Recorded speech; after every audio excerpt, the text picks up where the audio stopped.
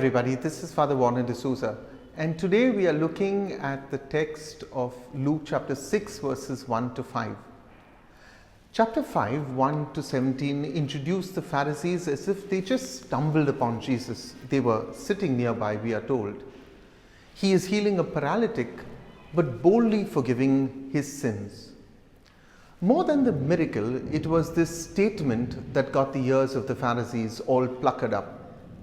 To compound matters, Jesus then calls a tax collector to be a disciple, and much to the horror of the Pharisees, now dines with them. At first, the Pharisees merely questioned the actions of this rabbi, but then began to complain to his disciples. Finally, they take their ire and irritation to the doorstep of Jesus in order to chastise him for being a bad example to his own disciples. So who appointed the Pharisees as the guardians of the Jewish law? The Pharisees can best be described as men who began with good intentions and then who lost the plot. And that's what happens to good people when they forget the plot. Ironically, the Pharisees began as liberals and were a reformist movement. Greek influence or Hellenization had become the order of the day and had begin to threaten the Jewish way of life. And so, to preserve and to promote their way of life, these separated ones emerged.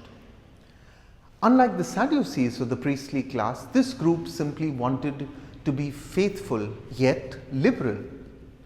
While their counterparts held on strictly to the Torah or the written law, the Pharisees warmly embraced the oral traditions linked to the law, like the Mishnah and finally the Talmud. The Mishnah and the Talmud could loosely be described as interpretations on interpretations, leaving the Pharisees in a dilemma. Which interpretation is now correct? In such a scenario, it seemed better to hold on to every implication and interpretation rather than mistakenly break one which might be the correct one. And so they became slaves to the law. St. Luke has several narrations linked to the Sabbath. The text of today tells us of one such Sabbath incident.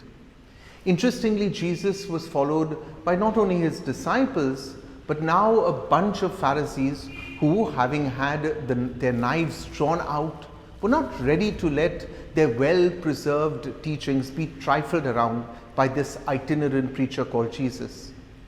It became obvious that at this stage they could start an argument in an empty room, for they were following him only to find fault with him.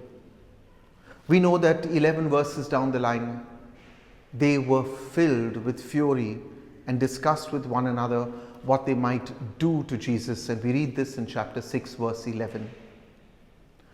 Who knew that a simple Sabbath snack would kick up such a ruckus?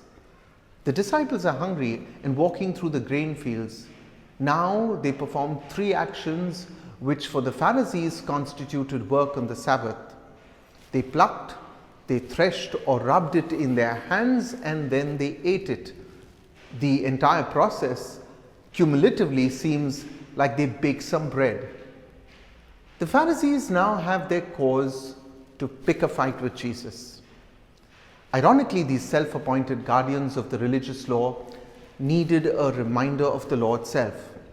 You see, feeding the hungry was exempt from Sabbath regulations, and as if to remind them, Jesus jostles their memory a bit.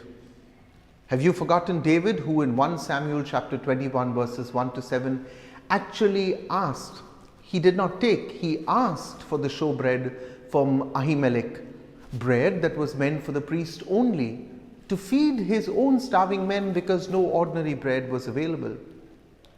Shocking as this might sound to the Jews, and loosely compare this with someone opening the tabernacle to eat the sacred host because they were hungry, shockingly, the priests at that time consented. But this text was meant to cover more than just a matter of legal requirements of the Sabbath, for Luke adds the line, "The Son of Man is Lord of the Sabbath." Luke wants to make a point that Jesus has dominion over the third commandment and that He is God and not just some messenger of universal love and forgiveness. It is this claim that gets the Pharisees all riled up. While they complained of His unorthodox behavior, His claim of Godhead was for them blasphemy. There is a point of reflection for all of us here, lest we too lose the plot. That Jesus is the Lord of the Sabbath does not negate the Sabbath. On the contrary, it reiterates it. This is not a passage that calls for a loose understanding of our conduct on the Sabbath. While the day must be governed by love, that love must be shown to God and to man.